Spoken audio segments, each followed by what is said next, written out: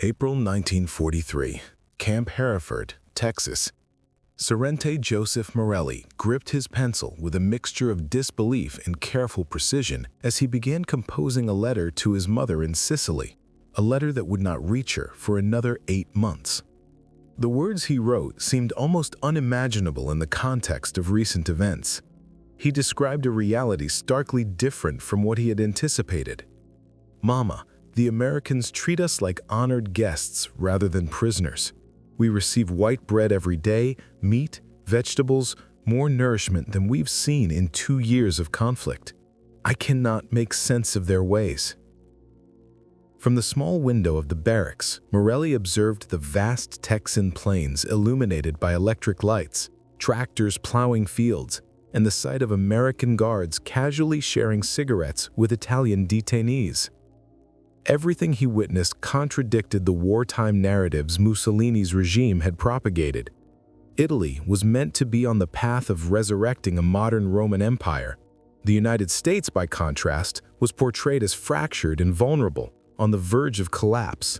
Yet for the Italian soldiers in captivity, the reality was a daily encounter with plenty that seemed almost surreal.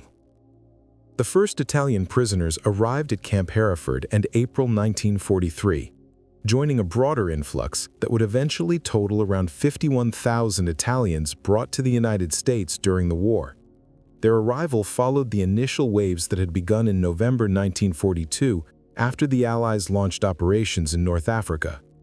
Many of these men had surrendered in Tunisia following the disintegration of General Giovanni Messe's army, which had struggled for months under severe shortages.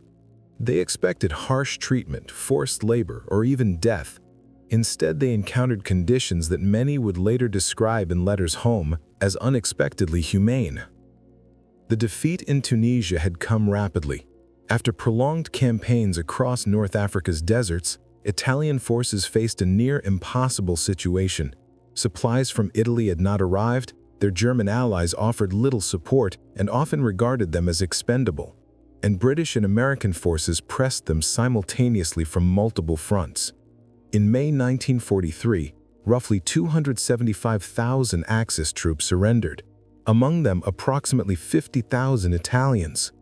These prisoners formed the foundation of the contingent that would eventually number over 51,000 in the United States, with subsequent groups arriving following battles in Sicily and on the Italian mainland. The journey from surrender to astonishment began in the collection camps scattered throughout Tunisia. Even at the earliest stages, American organizational efficiency impressed the Italian captives. Medical inspections were thorough, and many prisoners received their first significant medical care in years. Uniforms, worn thin and heavily patched, were replaced with clean, serviceable clothing. Yet it was the food that left the deepest impression. After months of meager rations, they were given white bread, canned meats, coffee sweetened with sugar and chocolate. Luxuries unimaginable in the midst of wartime deprivation. The Atlantic crossing itself further revealed the contrast between expectation and reality. Liberty ships, returning from delivering supplies to European theaters, transported human cargo to the United States. By mid-1943, these vessels were carrying up to 30,000 prisoners of war per month. The 2-week voyage exposed Italian soldiers to another form of surprise: American industrial capacity. Ships were produced at a scale and speed that Italy could not match, and even basic naval technology, radar, once seen only on advanced British warships, was standard equipment on cargo vessels. Daily life aboard the ships offered further revelations. Sailors had access to ice cream machines, fresh bread, unlimited coffee and meat, while surplus provisions were discarded with casual ease. This abundance highlighted resources that the Italians could scarcely comprehend. Upon arrival at major American ports, such as Norfolk, Virginia, or locations on the West Coast, the prisoners encountered sprawling docks covering thousands of acres, with dozens of vessels loading and unloading simultaneously, a sight that further underscored the industrial and logistical might of the United States. For many Italian soldiers, the combination of efficient management, plentiful food, Modern infrastructure and basic courtesy provided a profound and lasting shock. What had been anticipated as harsh captivity revealed instead a world of abundance and order, a stark contradiction to the propaganda and expectations instilled by the fascist regime. In the United States, Italian prisoners of war were confronted with a level of modern convenience and industrial capacity that was largely unfamiliar to them. Electric cranes effortlessly hoisted heavy loads that would have required the labor of dozens of men back in Italy. The prosperity of American civilians was evident everywhere. Parking lots overflowed with cars, a sight that in Italy was reserved almost exclusively for the wealthy. Each building seemed to be wired with electricity, and retail establishments displayed an abundance of products that had long been absent from Italian shelves before the outbreak of the war. Transport conditions for prisoners also highlighted the contrast. Instead of being crammed into freight or cattle cars, they traveled in passenger trains equipped with cushioned seating, electric lighting, and dining facilities. The journey into the Midwest, the industrial and agricultural heart of the United States, revealed towns and cities thriving with electric power, automobiles, and well-stocked shops. Factories operated around the clock in 3 shifts, powered entirely by electricity, and even farms in rural areas were mechanized with tractors and connected to the electrical grid. Camp Hereford was specifically designated for Italian prisoners, while other installations, such as Camp Hearn, primarily housed German POWs. Hereford consisted of 4 main compounds containing barracks, mess halls, and infirmaries, all enclosed by barbed wire and guarded by armed personnel. At its maximum capacity, the camp accommodated 3,860 inmates, including 2,580 Italians, establishing it as one of Texas's primary facilities for Italian prisoners. The conditions at Hereford were exceptional by the standards of the Italian military at the time.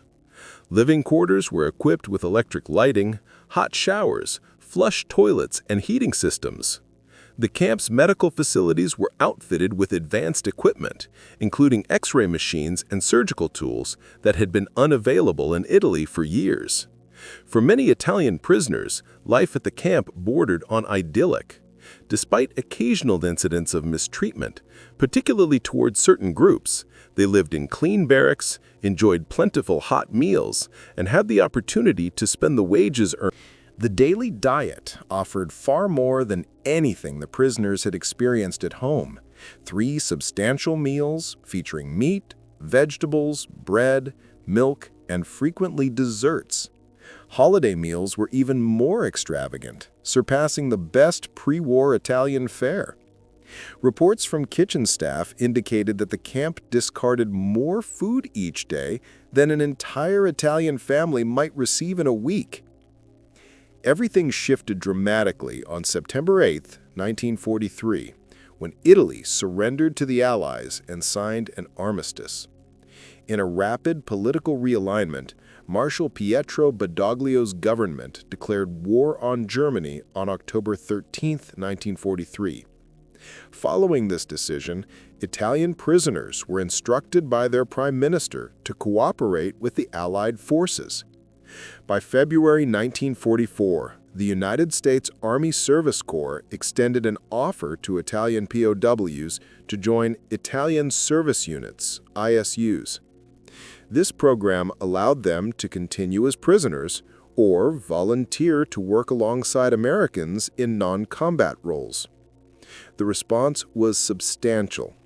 Out of approximately 51,000 Italian prisoners held in the U.S. at the time, more than 45,000 opted to join the ISUs. These men were assigned to locations experiencing labor shortages throughout the country. While technically still classified as POWs, they were provided with new uniforms, distinguishable only by a patch reading Italy on the left sleeve and on the garrison cap. They also received a monthly stipend of $24, 1/3 in cash and the remainder in camp scrip, which could be used for purchases within the facility. In states like California, where the war's effects were felt keenly due to the Pacific theater, Italian prisoners serving in support capacities were met with particular warmth. The region's well-established Italian-American communities, descendants of Gold Rush-era immigrants who had become fishermen, farmers, and winemakers, welcomed the prisoners and often assisted them in adjusting to their new roles. Through these experiences, Italian prisoners of war in the United States encountered a level of material comfort and social organization vastly different from what they had known in their home country, and many benefited from opportunities to contribute meaningfully to the Allied war effort while improving their own daily lives. One of the most remarkable aspects of the Italian prisoners of war stationed in the United States was their social initiative. On Angel Island, Italian PS, prisoner of war service, members organized regular dances in San Francisco, renting a hall with their own funds. They pooled their earnings to hold Saturday evening events, which quickly became important social gatherings. These dances drew American women who attended under supervision but were keen to interact with the Italian soldiers. Beyond social life, Italian POWs contributed significantly to the American economy and war effort. Many were assigned to agricultural labor across California, encountering farms of a scale they had never imagined. Individual farms often dwarfed entire provinces back in Italy, and mechanical harvesters replaced the work of hundreds of laborers. Italian service unit members became vital in ensuring the timely completion of essential tasks. They loaded ships in preparation for D-Day, harvested crops that would otherwise have spoiled, and maintained military equipment with the skills they had developed during campaigns in North Africa. From 1943 to 1945, Italian service units collectively contributed over 90 million man-days of labor, saving the U.S. government an estimated $230 million in operational costs. At locations such as the Brooklyn Army Terminal, Italian POWs were tasked with loading supplies destined for the liberation of Europe. They approached these duties with a sense of purpose, understanding that each shipment brought Italy closer to liberation from German control. In rural regions, their work preserved crucial harvests, supporting both American citizens and Allied forces. By June 1943, more than 14,500 Italian POWs were living in camps scattered across the United States. Following Italy's surrender, the program expanded, and these Italian workers became indispensable across a variety of industries. Despite the constraints of military regulations, romantic relationships developed between prisoners and American women. Opportunities arose through church gatherings, organized social events, and work-related interactions. For instance, in Ogden, Utah, local churches hosted chaperone dances each weekend for POWs, while Italian-American families frequently visited camps on Sundays. Regulations forbade marriage between prisoners and U.S. citizens, yet love persisted. Sympathetic clergy sometimes officiated informal ceremonies, and couples maintained contact through letters. Many American women later traveled to Italy to marry their Italian partners following repatriation, eventually returning to the United States as spouses of lawful immigrants. The support of the Italian-American community was critical in regions with significant Italian populations. POWs often found surrogate families who welcomed them for Sunday meals, assisted with letter writing, and helped maintain enduring connections long after the war had ended. The holiday season of 1943 particularly underscored the humanitarian efforts of local Americans. Churches and civic groups sent care packages containing cigarettes, chocolate, and personal hygiene items, luxuries even for many American civilians. Communities arranged festive meals and celebrations, while local churches performed Italian Christmas carols. Midnight masses were held in Latin and Italian in Catholic parishes, and holiday feasts included turkey, ham, an array of side dishes, and multiple desserts, a level of abundance unfamiliar to many Italians since before World War I.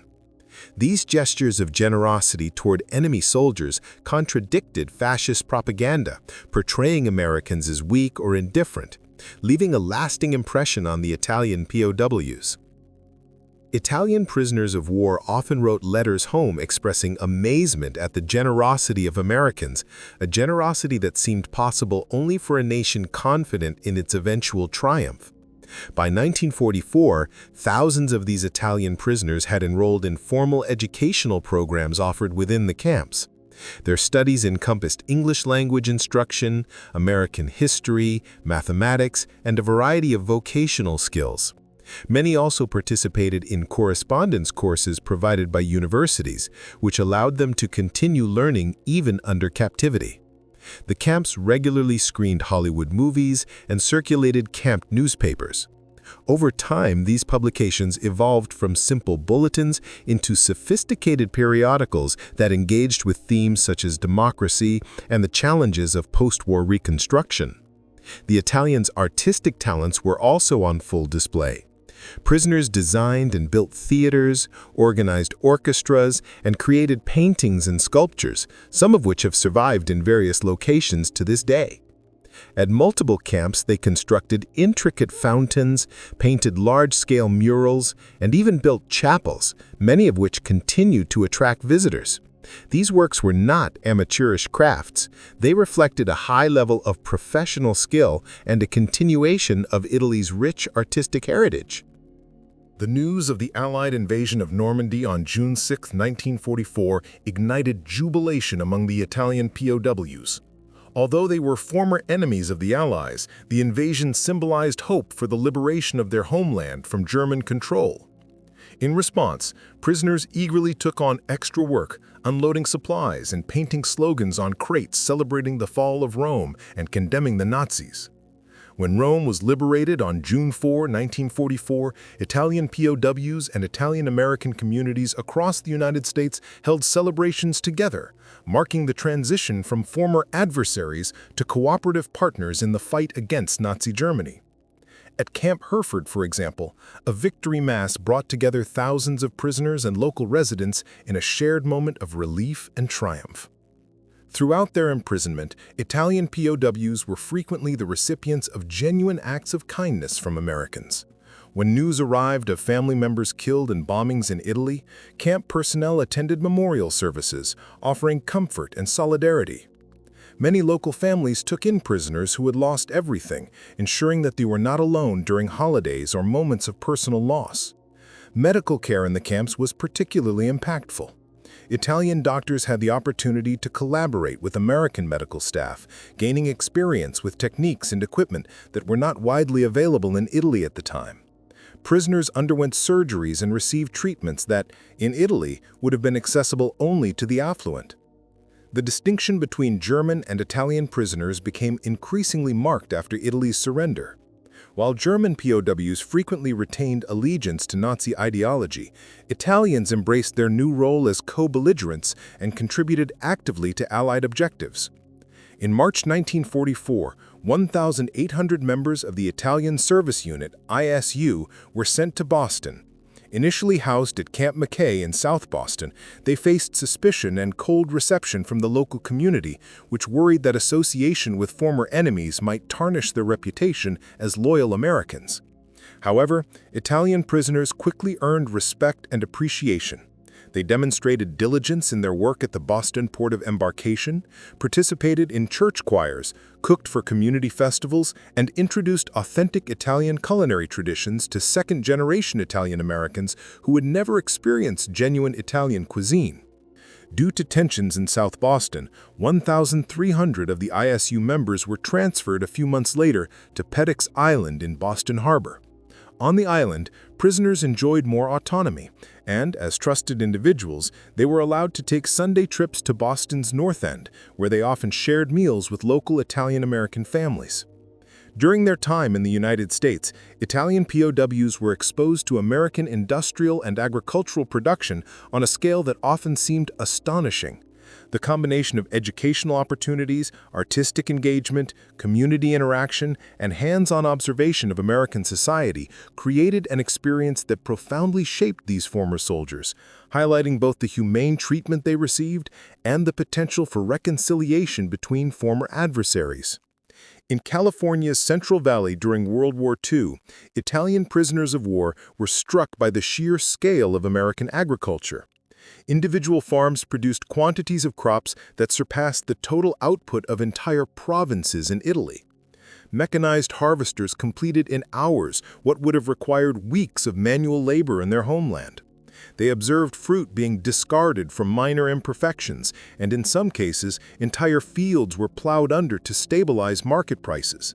This level of abundance, which contrasted sharply with wartime scarcity in Italy, was almost incomprehensible to them. Workers casually discarded partially eaten meals, left lights on in empty buildings, and commuted by car, practices unimaginable to families who had survived on strict rationing. In Italy, men labored in the fields or aboard fishing vessels for as little as $8 a month, a modest sum that felt generous in light of the poverty they had endured. Many diligently saved to send remittances home. The presence of Italian prisoners left lasting traces on American society. They brought bocce ball to local communities, a game that continues to be played. They shared techniques for preparing authentic pasta and pizza, laying the groundwork for what would grow into a thriving, multi-billion-dollar culinary industry.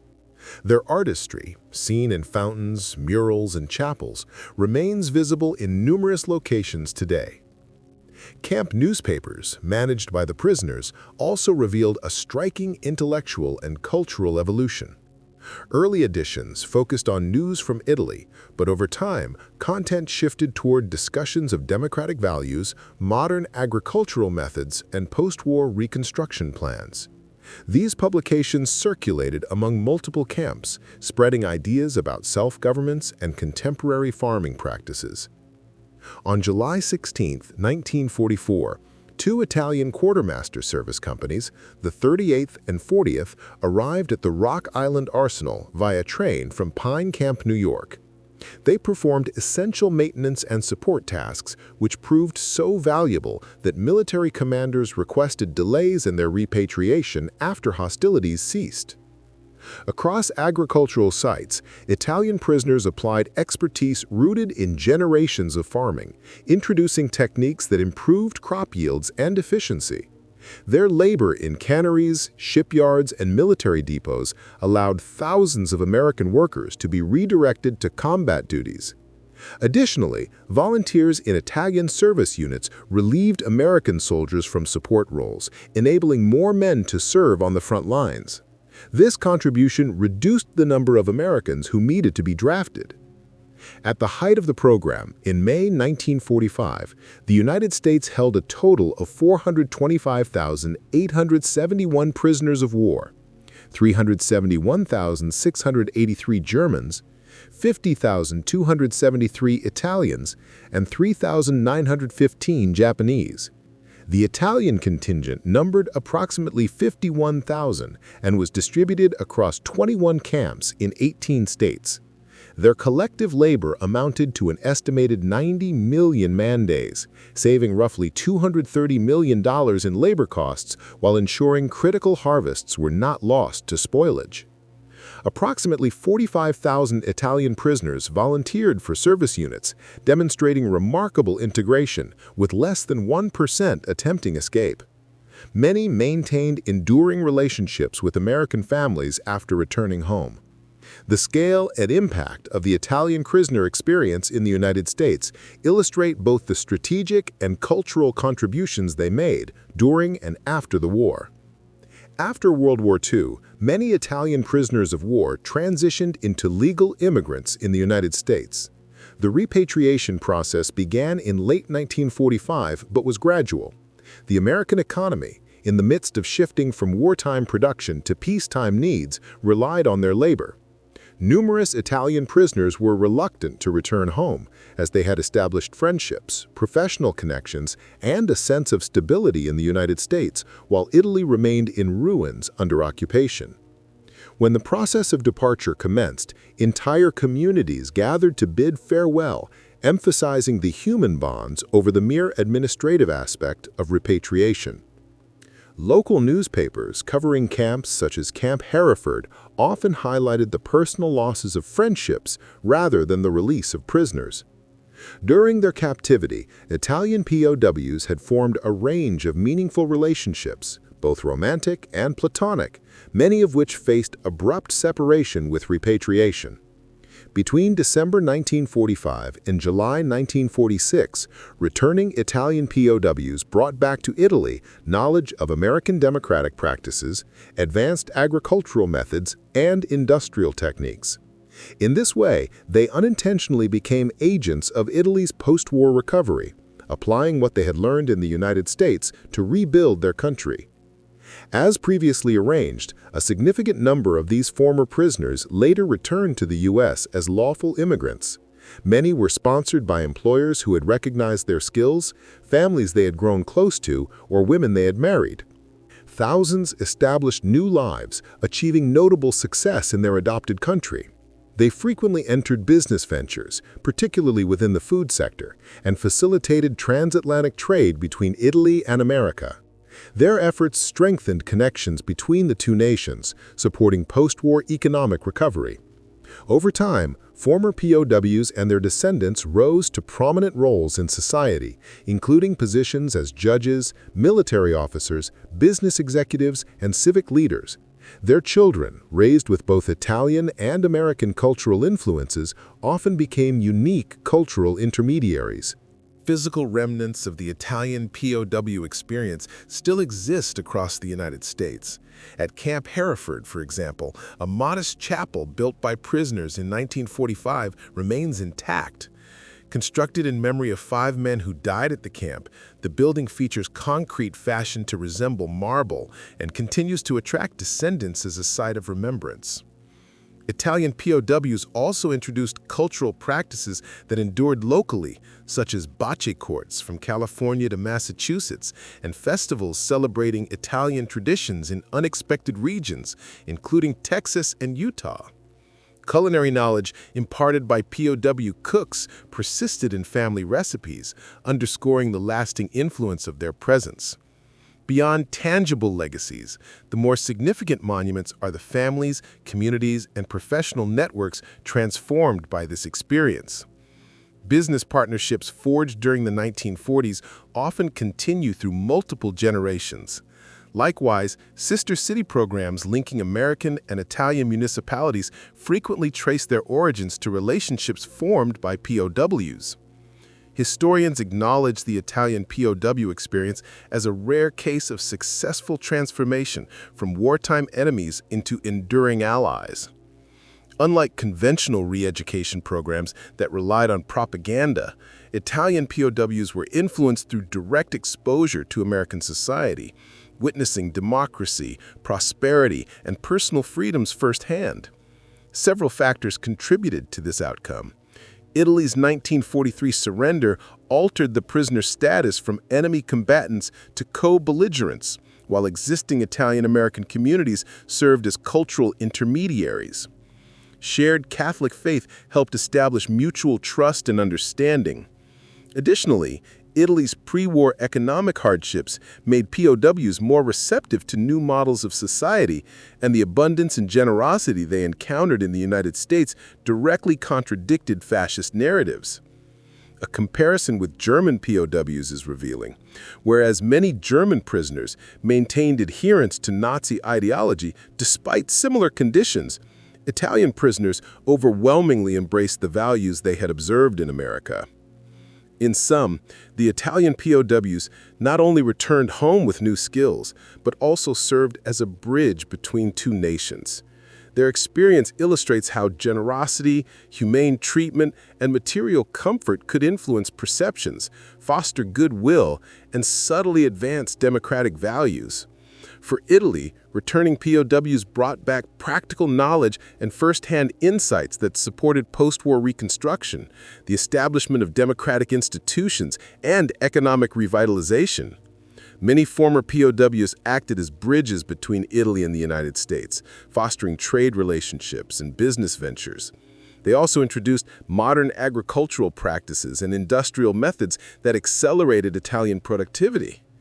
Beyond these practical contributions, the Italian POWs returned with personal experiences of a functioning democracy, which served as living examples for the governance and civic life of post-war Italy. The success of the program lay in its reliance on observation and personal experience rather than direct instruction or ideological persuasion.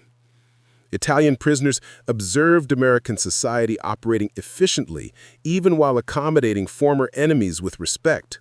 They saw industrial and agricultural capabilities that made Allied victory almost certain, and witnessed standards of living that starkly contrasted with fascist narratives. Beginning in the 1970s, former Italian POWs began organizing reunions in the United States. These events emphasized shared growth, mutual understanding, and enduring friendship rather than the hardships of imprisonment. The 1988 gathering at Camp Hereford attracted hundreds of former POWs along with thousands of Americans who had known or interacted with them during the war. Participants spoke of gratitude for the humane treatment they received, of lives reshaped by their captivity, and of bonds that had transformed former adversaries into lifelong friends.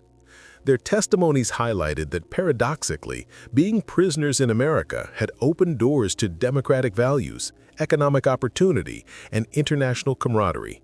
At these reunions, elderly men who had once served under Mussolini would warmly greet the American guards who had supervised them, while their grandchildren, Italian and American, played together as a living symbol of reconciliation. Italian POWs described American camps as almost paradise, not because captivity itself was comfortable, but because it exposed them to realities far beyond what they had imagined. They discovered that true prosperity arose from freedom rather than conquest, that social diversity could strengthen a nation, and that democratic institutions could deliver tangible results far more effectively than authoritarian regimes. They saw ordinary American workers enjoying comforts and freedoms that rivaled those of Italy's pre-war elite. Automobiles were commonplace, farms used mechanized equipment, and factories produced abundance. Above all, they experienced a level of dignity and kindness from their captors that starkly contrasted with the harsh treatment and propaganda they had endured at home. In comparison with war-torn and occupied Italy, American camps offered safety, sufficient food, and a glimpse of hope. The legacy of the Italian POW experience extended well beyond the war. It left a lasting imprint on American culture and society. Culinary traditions were enriched as Italian POWs introduced authentic pizza preparation and espresso culture to communities that had previously been unfamiliar with them, decades before such items became mainstream in the United States. In small towns across the country, Italian festivals and commemorations celebrate the ties formed during the war. Annual reunions at Camp Hereford in Texas evolved into local traditions, while in California's Central Valley, wineries established by former POWs or their descendants continued to apply Italian viticulture techniques. The influence also extended to language and daily life, as many Italian terms and culinary customs entered American usage. In sum, the Italian POW program demonstrated the transformative power of humane treatment and cultural exchange. It provided Italian soldiers with first-hand experience of prosperity, freedom, and democracy, while enriching American society with practical knowledge, cultural influences, and lasting international friendships. This interaction, built on respect and demonstration rather than coercion, left a profound and enduring legacy on both sides of the Atlantic. During World War II, thousands of Italian POWs in the United States inadvertently became cultural and economic bridges between their homeland and America. Many Americans picked up Italian through daily interactions with these prisoners, creating a cohort of Italian speakers who would later ease commercial and cultural exchanges in the post-war period. Elements of Italian language gradually entered American vernacular, particularly in the domains of cuisine and agriculture, leaving a subtle but lasting imprint on local culture. Beyond the immediate contribution of roughly $230 million in labor performed by these prisoners, the long-term economic ramifications were far-reaching. Former Italian POWs who later became U.S. citizens or who retained professional ties with American contact played crucial roles in establishing robust trade channels between Italy and the United States, facilitating transactions worth billions. Agricultural skills acquired in American camps were later applied in Italy, accelerating post-war recovery in farming practices. Similarly, industrial methods observed in the United States inspired advancements in Italian manufacturing, helping fuel the economic resurgence known as the Italian economic miracle during the 1950s and 1960s. American firms across sectors such as food processing, import-export, and manufacturing benefited significantly from these cross-cultural connections, leveraging the unique insights of individuals familiar with both societies.